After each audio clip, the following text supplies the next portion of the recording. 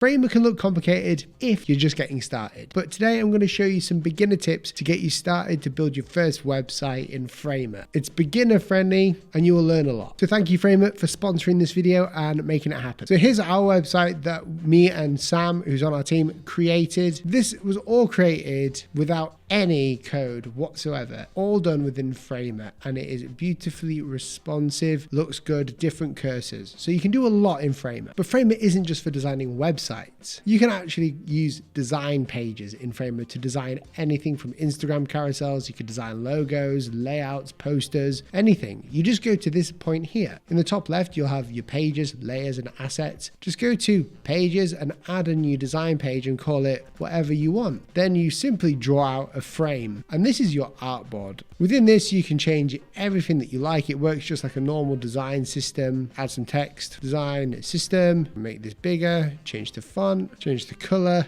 change the line height just a little bit. And you can place this anywhere, and you can also export it as well, or just preview it like you normally would. And the great thing about Framer is you can invite other people to come in and design whatever you want to design inside it too. It's really powerful and it's completely free. You can have as many design pages as you like as well. These are basically just like files if you want them to be. And then you can promote them to web pages as well by right-clicking on the frame and go to create web page, and it'll add it to the web pages part of Framer here. But let's say you're in Framer and you want to create a website, but you don't know where to start, and every time you try and do something, it breaks. Well, up here on the left, go to Insert, and then we've got this place here called Sections. This is where you can add predetermined sections to a website. So for instance, let's go to navigation as the first thing. We've got a choice of light and dark and these sort of navigations here.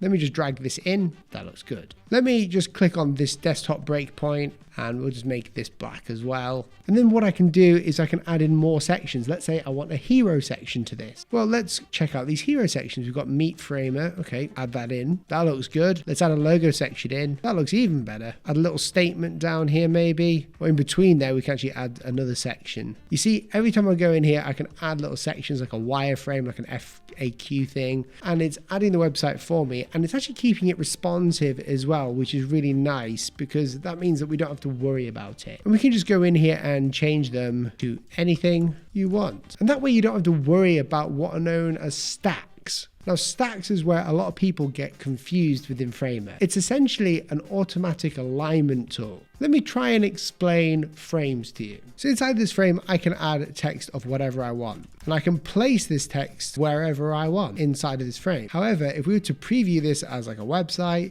it's not going to do anything really. It's not going to be responsive when it moves from a large window to a small one. If we look at my website here, if we move from a large window to a small one, it automatically becomes responsive and changes depending on the size of the viewport or the size of the device. This is where stacks come in. If I select this frame here, which is the mother frame, we'll call it mother frame, and I press layout, you'll notice that whatever's inside of this frame in the layers panel moves all the way up. And that's because the mother frame is dictating what's happening on the inside of it. We can't just move this now wherever we want. It will just stay there. And if I preview this, it will stay wherever it is. Now, when I click on an object inside of this frame, we have some sizing options. You'll notice here it says fit and fit. Well, if I go and click fit on the width and press fill, it's going to fill out that whole text box. But the text is all the way to the left, and that's because it's justified left.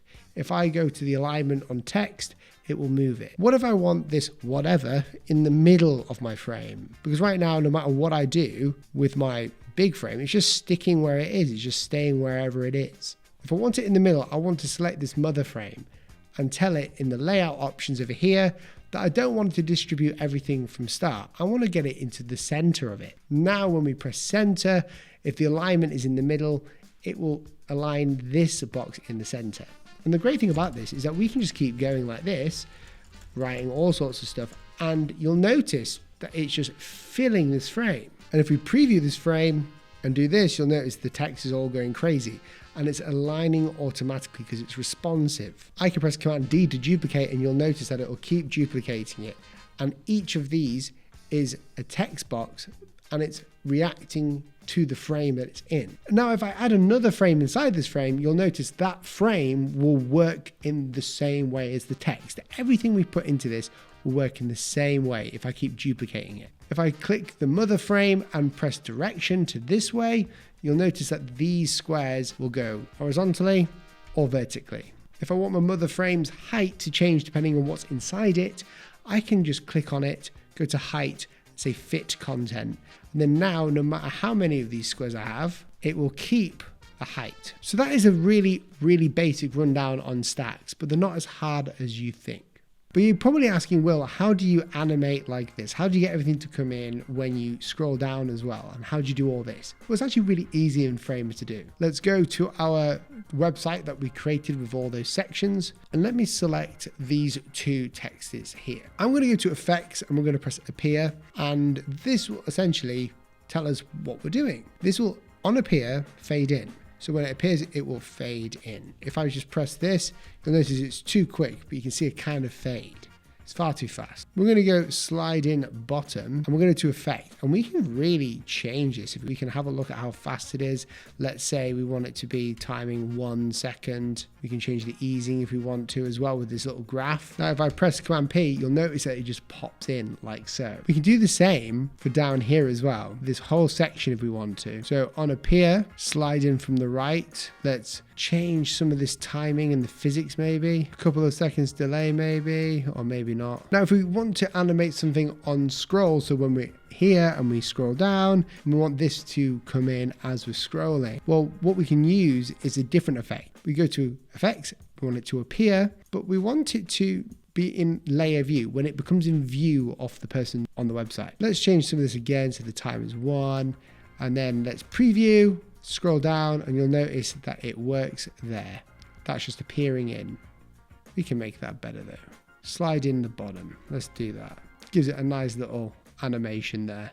Let's create a new page. Let's say I want this to be a portfolio page, but I don't know how to wireframe it and I don't know what kind of sections I want. Well, if we go to insert and go to wireframe, we can say we want a portfolio page. So let's say portfolio. There we go. And watch AI automatically create a wireframe for you in Framer. It's really insanely, look, it's incredible that it's doing it now. It's using my name, it's using who I am and everything, and it's creating in different breakpoints a wireframe of what my website could be. So there's no guessing, it's doing a lot of the work for me. Now, if I click on this, it's all responsive as well, which is really nice for my personal portfolio page, making it really easy to just go in and edit if I need to.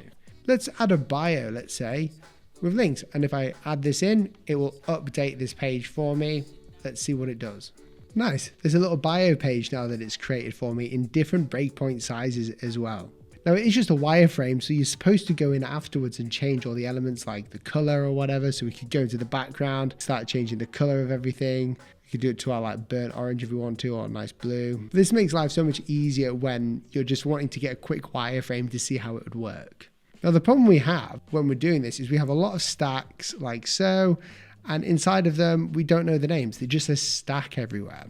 So instead of that, what we can do in Framer is hold Option or Alt and R, and it will go through, and you've just seen it there. It will rename the layers using AI to exactly what it is, so you can easily identify it. So that's just saved you time already. Pretty cool. Now, if you're a beginner, a place where you'll want to check out is the marketplace. Up here on the top left, you've got a marketplace button where you can download templates, plugins, components, even have tutorials in here too. Look, here's a video that we can check out. So we can go to templates and look at 3D design and art and whatnot, see in here if we like it, or we can go to components. And this is the crazy thing. We can actually buy components or use them, like this typewriter effect. We like it here. We can press copy component, go back to our file, and just anywhere around here, we can just paste it in like so. That's a free component that you can just quickly copy and paste into your website like that. There's actually some pretty crazy components like this one that I'm going to show you. It doesn't look like much is happening now, but if I press play, this component allows me to create this crazy effect with a logo, all inside Framer. Look, it's responding to my mouse. But if you want to create your own component, you can do that in the workshop. Just go to this button down here and go to workshop, and you can use AI to create anything you want. Let's do an animated clock and see how it fares. You'll see it generating all the codes in the background. And this is a perfect use case for AI as well. I'm so stoked that they're doing this. Look, here's an animated clock that you can use inside of your composition that was all generated by AI. You can even create custom tick marks. Here you go, and it'll change it and edit it for you as you're going. If you guys enjoyed this video and you want more Framer content, then press that subscribe button down below. And also, feel free to send in your Framer portfolio on our community post where I'm going to go and review and react to your portfolios if you created them in Framer. Thanks for watching.